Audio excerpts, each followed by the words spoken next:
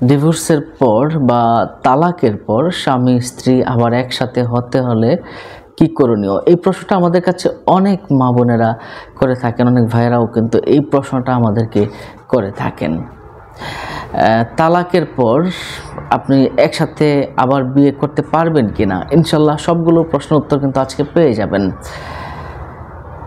তালাক আপনি দিয়ে ফেলেছেন, তালাক হয়ে যায়, আবার কখনো কখনো তালাক হয় না। একটু মনোযোগ দিয়ে যদি কথাগুলো শুনেন, ইনশাল্লাহ আপনার উত্তরটা এখানে পেয়ে যাবেন। আমরা তালাকটাকে যদি 3 ভাগে ভাগ করি তাহলে আপনি ক্লিয়ার হয়ে যাবেন যে 1 নম্বর হচ্ছে তালাকে রেজাই, 2 নম্বর হচ্ছে তালাকে বাইন, 3 নম্বর হচ্ছে তালাকে মুগাল্লাজা। এই 3টা তালাকের কথা আমরা যদি বিশ্লেষণ করি তাহলে আপনারা এটা পরিপূর্ণভাবে আপনি বুঝতে পারবেন।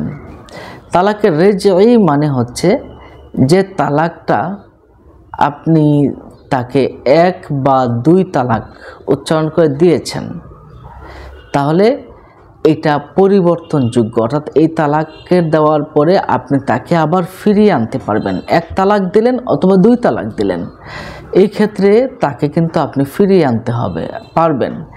এক্ষেত্রে নতুন করে আপনার বিয়ে করা বা মোহরানা করা এগুলো করতে হবে না। নিশ্চয়ই বিষয়টা বুঝতে পারছেন। তালাকের রেজি আবার নিয়ে আসতে পারবেন, কিন্তু আপনাকে যেটা করতে হবে, আপনাকে তওবা ইস্তেগফার করতে হবে যেন এরকম কথা মুখ থেকে উচ্চারণ না হয়। আর তালাকে বাইনের ক্ষেত্রে এটা এরকম বলা হয় যে এটা চূড়ান্ত তালাক নয়। আপনি স্ত্রীকে 1 তালাক বা 2 তালাক দিলেন, অথবা মুখে বললেন তুমি আমার স্ত্রী নও, অথবা আপনি এটুকু বললেন তোমার থেকে আমি আলাদা হয়ে গিয়েছি, তাহলে এটা কি হবে? আপনি এটা তালাক হয়ে যাবে, তবে এই তালাকটা ইদ্দত শেষ হওয়ার পরে তাকে আবার ফিরিয়ে আনতে পারবেন, তাকে আবার বিবাহ করতে পারবেন।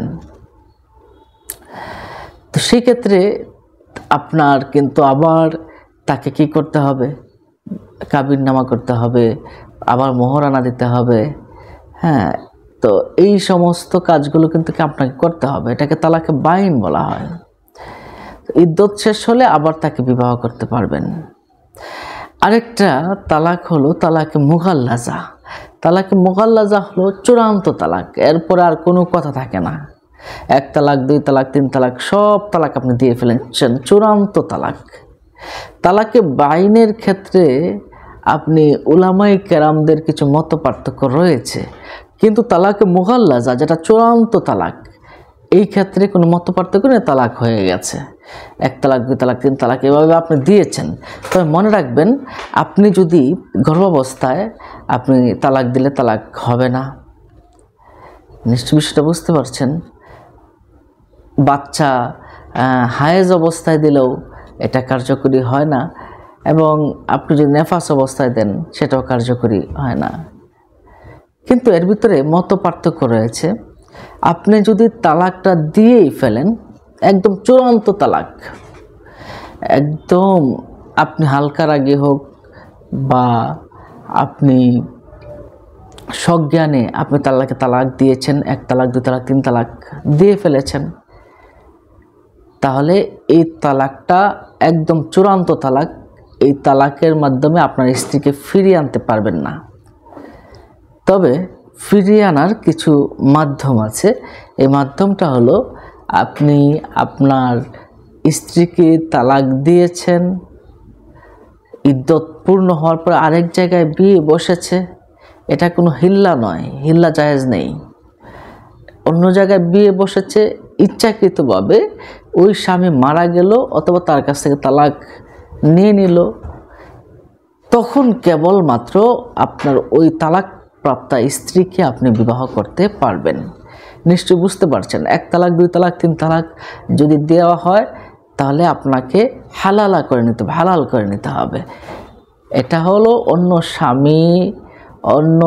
স্বামী বিয়ে করবে, ইচ্ছাকৃতভাবে নয়, কোনো হিল্লা নয়, কোনো বাহানা নয়।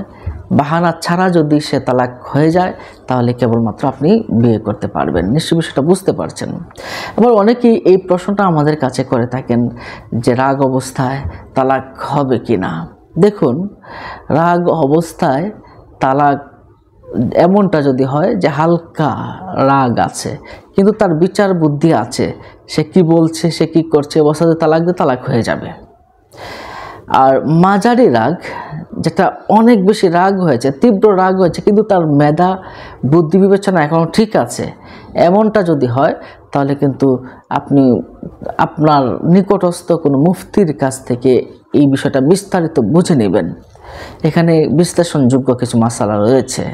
আর চরম রাগ, যেটা আপনার একদম আপনার সব কিছু, আপনার মেজাজ, আপনার বুদ্ধি, আপনার সব কিছু লোপ পেয়ে গেছে, আপনি অচেতন হয়ে গেছেন, জ্ঞান হারিয়ে ফেলার উপক্রম, জ্ঞান হারিয়ে ফেলেছেন, পাগল হয়ে গেছেন, এই অবস্থায় তালাক দিলে এটা গ্রহণযোগ্য নয়।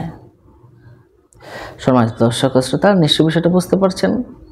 আপনাদের কোনো প্রশ্ন থাকলে আমাদের কমেন্ট বক্সে প্রশ্ন করতে পারেন, অন্য মা বোনদেরকে জানাতে শেয়ার করে দিন। ভালো থাকুন। আসসালামু আলাইকুম রহমতুল্লাহি ওয়া বারাকাতুহু।